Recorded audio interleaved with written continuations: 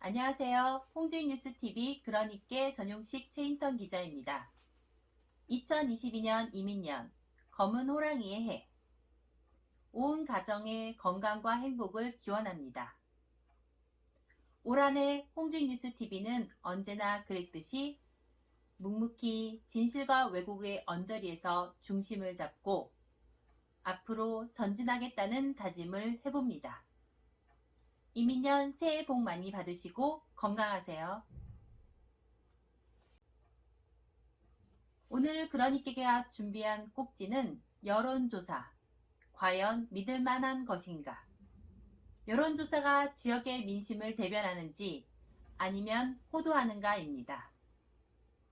그래서 오늘은 특별히 통계 분석과 실행에 남다른 전문성을 가지고 계신 야암의 전용식 선생님 모셨습니다. 안녕하세요, 선생님. 네, 안녕하세요. 네. 처음 뵙겠습니다.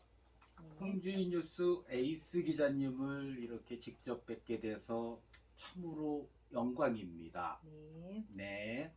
저 이런 말씀 죄송한데 정말 통계 분석의 전문가 맞으신가요? 어째 믿음이 안 가서요. 아, 이 사람아, 이게 내가 쓴 책이야. 지금 교보문고, 예스24, 알라딘, 기타 등등 유명 서점 20-30군데에서 판매하고 있잖아. 나도 한다. 텍스트 마이닝. 아, 그럼 머신러닝인가요? 아, 그렇죠. 역시 똑똑해요. 하루에도 수많은 이슈가 생겼다가 사라지기를 반복하는 SNS 세상이잖아요. 네, 누구보다 빠르게 대중들이 무엇에 흥미를 느끼고 관심이 있어 하는지를 파악하는 그러한 작업은 이제 필수가 됐죠. 그래서 빅데이터 분석은 여러 종류의 단순한 데이터에서 핵심적인 가치를 추출하는 그런 기술이다. 그렇기 때문에 요즘같이 이 다변화된 현대사회를 보다 정확하고 또 그것을 예측해서 맞춤형 정보를 파악한다. 또 관리하고 분석하는 그래서 데이터를 다듬어 분석한다는 것은 참으로 멋지고 신나는 일이죠. 그럼 이 책을 보면 누구나 데이터, 그러니까 명사들, 다시 말해서 홍성군, 홍성축제 등의 단어를 추출해서 분석하는 작업이네요. 인터넷에서 떠돌아다니는? 그렇다면 저 같은 초보자들도 책을 통해 공부하면 그러한 분석이 가능한가요? 죄송하게도 요 책은 초보자용이 아니에요. 예. 사실 우리 최 기자님 R이라는 요 프로그램, 그 패키지 프로그램명을 아마 처음 들어보셨을 거예요. 예. 그래서 이 책은 이제 빠르고 손쉽게 텍스트 마이닝에 접근할 수 있도록 도와주는 목적으로 썼지만 사실 초보자 입문서는 아니에요. 고급자 과정이라고 할 수 있죠. 네. 그렇기에 이 책에서는 프로그래밍 언어의 그 기본적인 변수와 변수의 그 스코프, 반복문의 의미와 같은 기초적인 프로그래밍 개념은 설명하고 있지 않아요. 네이버에 선생님을 검색해보니까 논문 공모전의 사나이라고 나오네요. 예, 한때 그랬지요. 전용식 총괄 기자 이렇게 검색하니까요. 정말 대단하신데요. 어떻게 5번이나 수상을 하셨나요? 네, 운이 좋았습니다. 수상 내역을 한번 같이 볼게요. 2006년 11월에 우정사업본부 주최 제1회 우체국 예금보험 대학원생 경제논문 공모전 최우수상을 받으셨네요. 예, 전국 최우수상이죠. 오, 예. 상금이 500만 원. 오, 예. 예. 그 바로 뒤에 그 폐 있죠. 네, 그쵸. 어, 이거. 네네네네. 새우상, 영광의 네. 새우상 있네요. 예, 어떻게 거기에 내 폐가 있나 모르겠네. 네, 이거 뭔가 네, 미리 준비해 놓으신 거 아니신가요? 그러게요. 그리고 2007년에 2월에 보면 KT 문화재단 주최 논문 공모전에서 장려상을 수상하셨네요. 네, 그때는 그 인터넷이 이제 파급이 되던 시기이기 때문에 네. 그 인터넷이 그 우리 생활에 긍정적인 면과 부정적인 면, 요거를 또 역시 실증 분석을 해서 논문을 썼었죠. 또 그리고 2017년 11월 농촌진흥청 주최 2017 농산업 경영혁신 논문 경진대회에서 우수상을 또 수상하셨네요. 예, 제목 좀 한번 읽어보실래요? 네, 논문 제목은 일반화 선형 모형을 이용한 도시 소비자의 딸기 구매 행태 분석.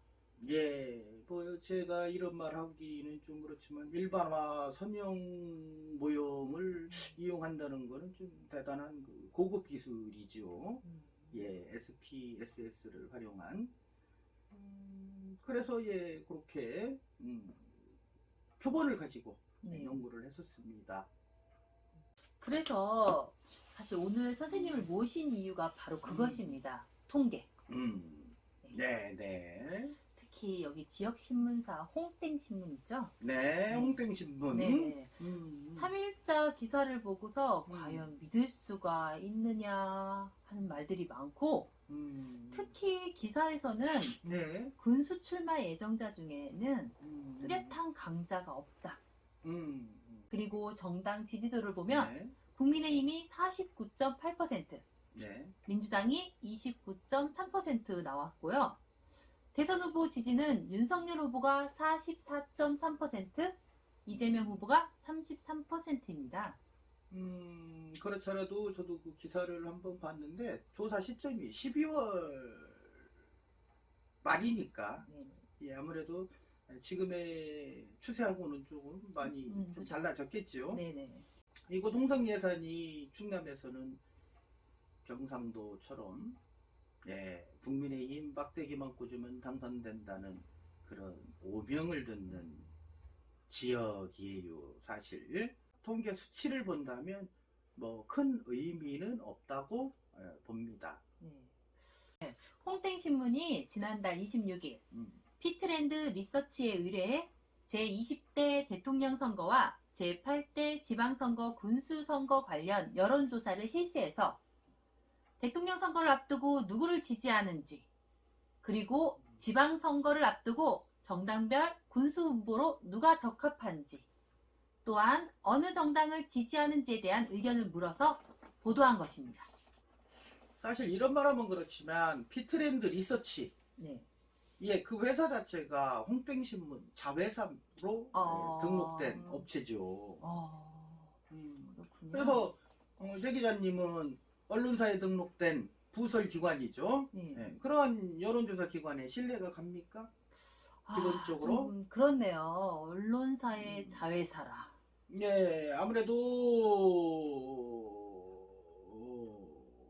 뭐 전문 용어를 쓰지만 좀 약간의 데이터에 분석할 때 오염이 될 수도 있다라는 예, 그런 심각성이 또 발생할 수도 있는데요. 그쵸? 어찌됐든 지금도 여론조사가 발표되고 또 그 발표에 일희일비하면서 언론에서는 이제 그 북새통을 떠는데 사실 후보자 지지율이나 정당 지지율에 의문을 제시하는 사람들은 많아도 실제 여론조사 기관을 찾아서 또 그 발표된 결과에 대한 근거 자료를 내놔보라고 요구하지도 않습니다. 사실. 그렇죠. 그렇다고 중앙선관위가 나서서 민간 여론조사 기관의 조사 결과가 이렇게 나왔으니까 요거를 한번 검증해보자 또는 규제를 한번 하는 것도 아니고 그래서 얼마든지 그런 조작의 가능성은 항상 열려있다 이렇게 볼 수가 있겠지요. 네. 그래서 문제의 심각성이 항상 열려 있다고 할 수 있습니다. 조작의 가능성. 그리고 여론조사 기관은 그냥 민간 사업자니까 공식적으로 신뢰할 근거가 전혀 없는데 왜 민간 회사를 기관이라고 하나요? 그것이 바로 문제라는 거예요.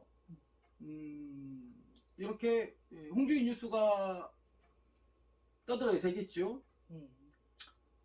꼭 기관이라 하면 정부가 운영하는 공적인 기관처럼 들리니까 어찌 보면 일종의 사기술, 국민들을 현혹시키는 고도의 상술이라고 할 수도 있습니다. 네. 사실 그냥 민간 회사예요.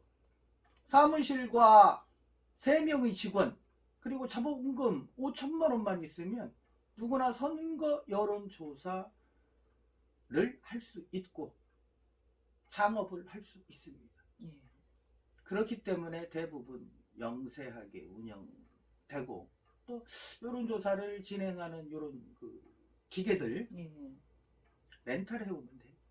아. 그리고 또 그런 업체에 의뢰하면 되니까 우후죽순으로 난립하는 거죠. 가운데서 이제 전문용어로 똥 떼먹는다.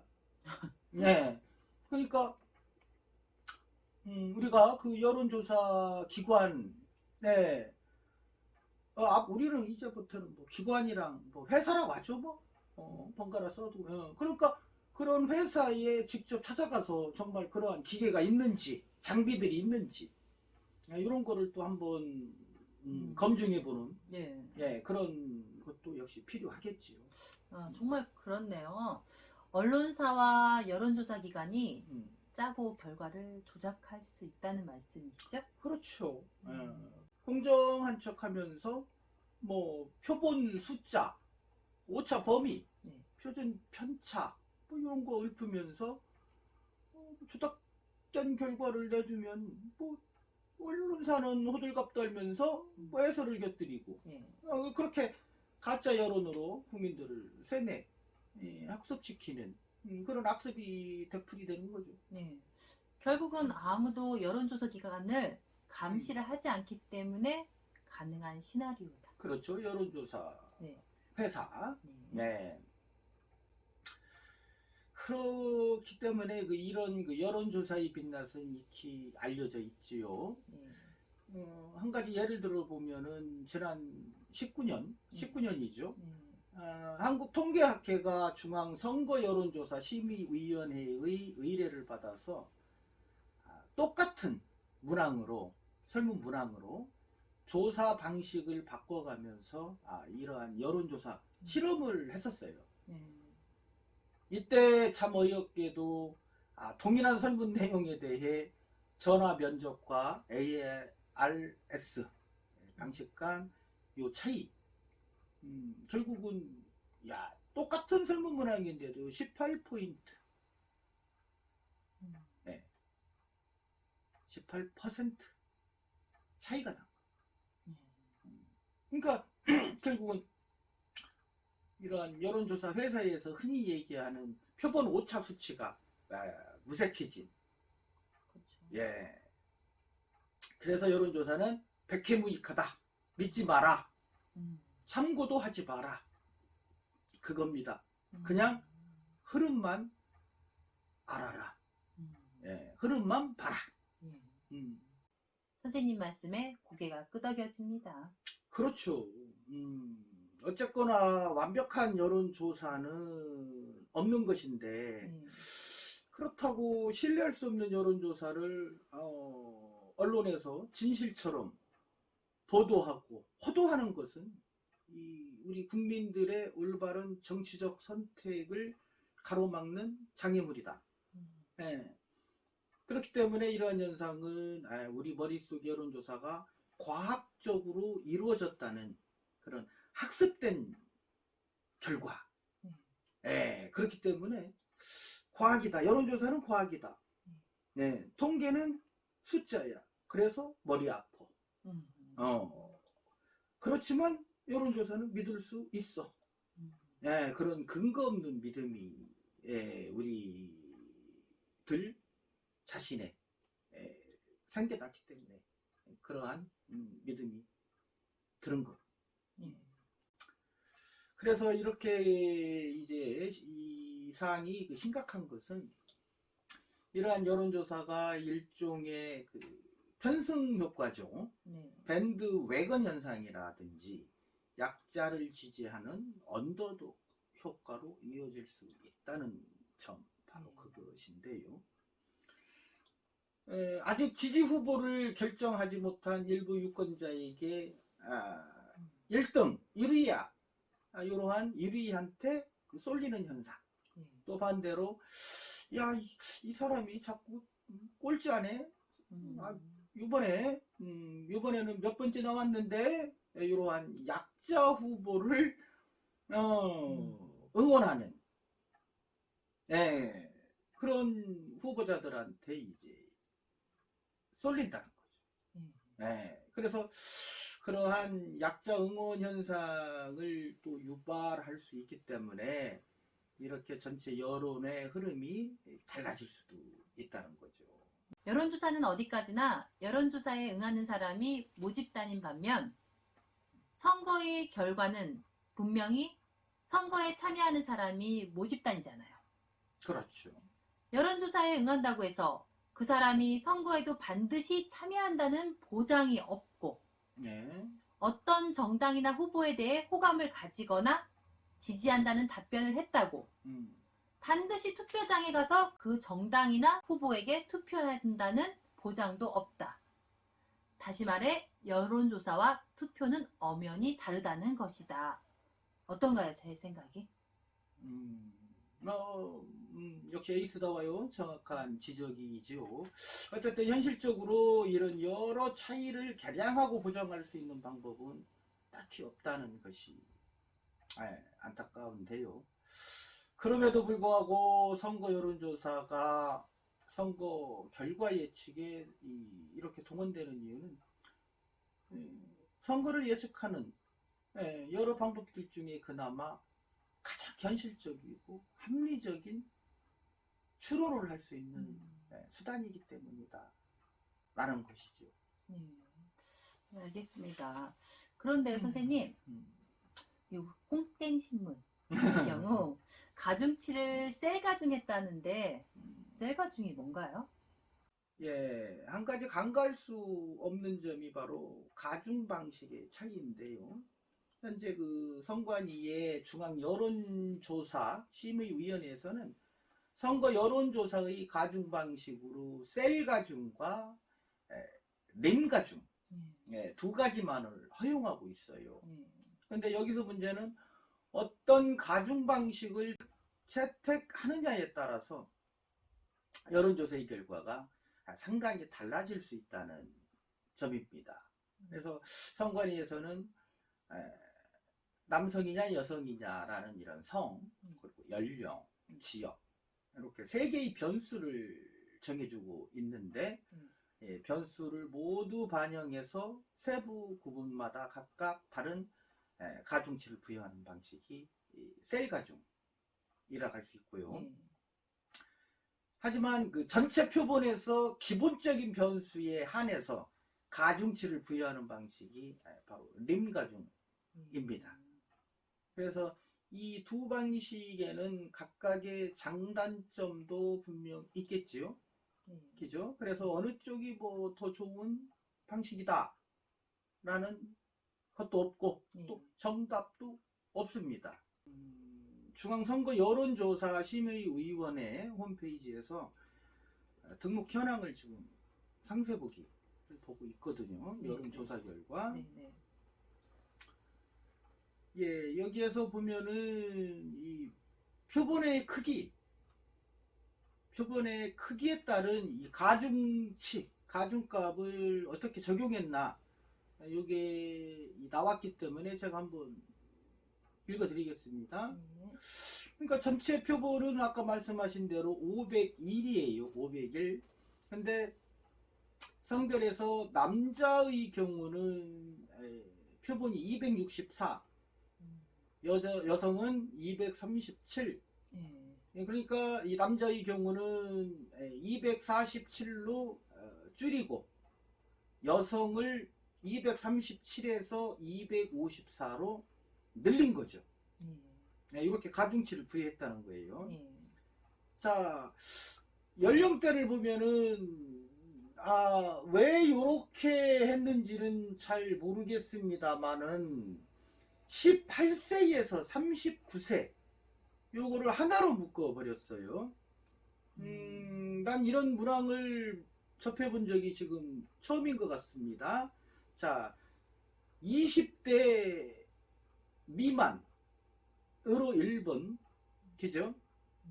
그러니까 10대라고 하면 되겠죠. 10대. 어차피 우리는 18세 이상이니까. 그럼 2번은 20대, 3번은 30대, 4번은 40대, 5번은 50대, 6번은 60대, 7번은 70대 이상. 요렇게 연령대별로 세분화를 해야 아까 보니까 그 교차 기사를 보니까 교차 분석을 했더라고요. 아까 제가 말씀드렸었나요? 네네. 예, 그때 말씀을 못 드렸지만 저 같은 경우에는 변인 간의 그러한 영향력을 살펴보려면은 아무래도 로지스틱 회계 분석을 통해서 좀 전문적으로 나아가는 게 참 좋았을 텐데, 어쨌거나 지금 요렇게 해놓고서 요렇게 18세에서 39세까지 집어넣었다. 그러면 약간 좀 냄새가 난다고 볼 수 있겠지요. 최 기자님 요즘 보면은 뭐 20대 여론이 어떻고 30대 여론이 그렇죠. 어떻고 젊은층 민심을 잡아야 된다. 네. 이런 쏠림 현상, 네. 이런 것 때문에 이렇게 문항을 구성을 했는지는 참 잘 모르겠지만, 역시나 지금 여기 자세를 보면은 자 18세에서 39세 그러면 이 정의를 어떻게 내릴 수 있을까요? 우리가 청년층이라고 해야 되나요? 장년층이라고 하나요? 그러면 장년층이라고 하면은 39세하고 40대하고 1살 차이, 11살 차이인데 요걸 어떻게 누가 어떻게 정의를 내리나요? 요거를 구분을 우리가 어떻게 합니까? 그죠? 이게 너무 지금 포괄적으로 들어갔기 때문에 요거는 문항 자체에 오염될 확률이 너무 짙다. 나름 이렇게 제가 지금 생각을 한번 언뜻 요거 보니까 그 생각이 지금 듭니다. 역시나 여기서 보면은 역시 60세 이상이 241명이 표집됐는데 가중치를 여기서 197개로 줄였고, 역시나 18세에서 39세가 85명, 그리고 40대가 65명. 그죠? 그러면은 요거를 보면은 이 수치, 요 상태 보면은 40대까지는, 그러니까 50세 이하까지는 여론조사에 관심이 없다는 거예요. 그죠? 네. 그러니까 18세에서 39세까지 85명. 그렇기 때문에 가중치를 부여해서 126명으로 만들었어요. 그리고 40대는 65명이니까 여기서 20명을 더해서 85명. 역시나 50대가 110명. 너무 많으니까 여기서 17명을 뺐죠. 그래서 93명을 만든 거예요. 그리고 지역별로 보면은 이 제1선거구 399명에서 378명으로 줄였고, 제2선거구가 102명, 생각보다 지금 덜 나왔어요. 그래서 가중치를 21, 그래서 123명으로 지금 는 거죠. 그래서 요렇게 제1선거하고 제2선거구하고 지금 겨우 102명 가지고 지금 응답한 이런, 그래서 요렇게 이 가중치를 부여한다는 게 상당히 좀 위험하다. 이렇게 말씀을 드릴 수가 있겠습니다. 어쨌든 이런 가중 방식은 여론조사 회사마다 또 여론조사마다 각각 다르게 채택하고 있는데, 이 때문에 아까 말씀드렸죠. 하우스 이펙트가 더 뚜렷하게 발생하기도 한다고 일부 전문가들은 지적하기도 합니다. 예. 사실 요즘 무선 ARS 조사 방식에 대해서 말들이 많잖아요. 뭐 신뢰할 수 없다고. 그렇죠. 네. 대낮에 누가 집에 있느냐. 참고로 조사 날짜는 12월 26일 10시 30분에서 13시 30분까지거든요. 3시간 동안 이루어졌죠. 어디요? 그 홍땡신문? 네, 네. 네. 그렇죠. 10시 30분에서 1시 30분. 그쵸. 한낮이죠. 한낮. 그러니까 네. 점심시간. 네. 점심 먹으러 집으로 오는 사람들. 그렇기 때문에 결국은 보수층 나이 드신 이런 의견이 그 반영되는 경향이 짙겠죠. 그래서 뭐 ARS 조사 방법을 사용을 한 것 같아요. 홍땡신문. 네. 그렇기 때문에 응답률이 이제 낮고 또 젊은 유권자의 그 조사 거절률 그쵸. 또 역시 높죠. 네. 결국은 아까 말씀한 특정 연령대의 가중치가 높아지는 경향이 생기는 거예요. 네. 그리고 당일치기 조사 그리고 3시간 만에 이루어졌다. 이런 거는 바로 재접촉이 제한된다는 문제가 있어요. 그러니까 조사 대상으로 그 추출된 그 가구, 그러한 개인에 접촉했을 때 뭐 부재 중이라든지, 그죠? 해당자가 또 없다라든지, 또 시간이 없다라는 이유가 발생해서 이제 조사가 진행되지 못하고 이제 끌었단 말이에요. 그럼 이때 이제 다시 한번 또 전화를 하는 이런 재접촉을 해야 되는데, 결국은 비용 문제 때문에 결국은 못하는 거죠. 네. 그래서 요 재접촉률을 이제는 현실적으로 조금 높여야 된다. 그래야 그나마 이 조사 결과에 조금 정해 플러스 효과를 발휘할 수 있다라고 보시면 되겠어요. 그래서 어쨌거나 최근 그 유무선 전화 병행조사 가능성을 검토한 그 연구 결과에 의하면은 유선은 RDD, 무선은 주소 정보가 포함된 이 리스트를 활용해서 혼합 조사를 하는 것이 효율적이라는 결과가 도출됐어요. 그렇다면 표본수는 적당한가요? 501명인데. 뭐 법에 맞춘 거니까. 네, 법이요? 네. 그러니까 그 표본수 대선에서는 전국 단위 조사 1000명, 광역 단체장 또 시도 단위 조사는 800명, 그다음에 세종특별자치시장, 지역구 국회의원 선거 또는 자치구시 군 조사는 500명, 지역구 지방의회 선거는 300명 이렇게 규정하고 있는 것이죠. 그래서 여론조사업체가 선거구당 500명을 표본으로 이번에 홍땡신문이 501명 한 명 더한 거예요. 네. 홍땡신문의 조사 결과, 그러니까 피조사자 접촉 현황을 보면 총 규모가 15,002건에 대해 접촉률은 57.7%, 응답률은 6%. 응답률이 너무 낮은 거 아닌가요?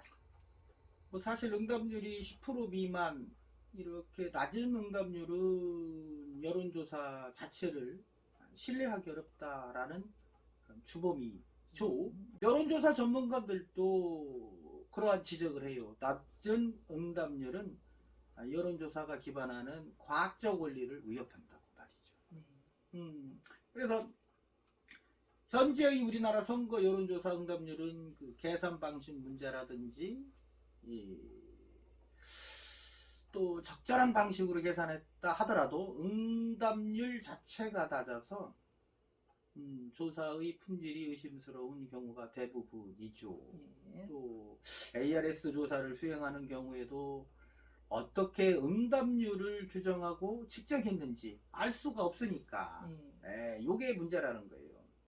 결국은 그 접촉 성공률이 높은 휴대전화 가상번호 활용 빈도를 늘려서 신뢰성을 높일 수 있다고 볼 수밖에 없겠지요. 아까도 얘기했지만 다른 한쪽에서는 여론조사의 신뢰를 높이려면 응답률을 볼 것이 아니라 표본 추출 방법의 그 합리성 그리고 객관성을 봐야 한다고 또 이렇게 한쪽에서는 주장하기도 합니다.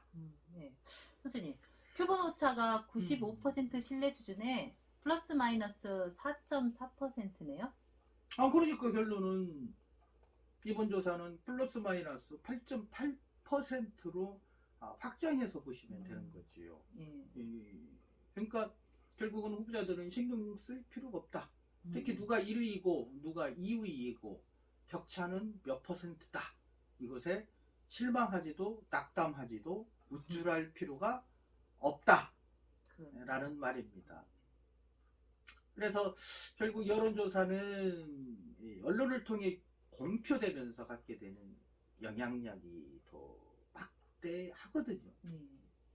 우리 또한 기자이기 이전에 한 사람의 그 유권자지 않습니까? 그래서 정치권이나 언론에서 여론조사 결과를 정치화하는데, 그러니까 그런 기사를 보면 나도 모르게 또 현혹되고는 하죠. 그렇죠. 순간 누가 1위고 누가 그렇죠. 어떤 정당을 누가 보는구나 하는.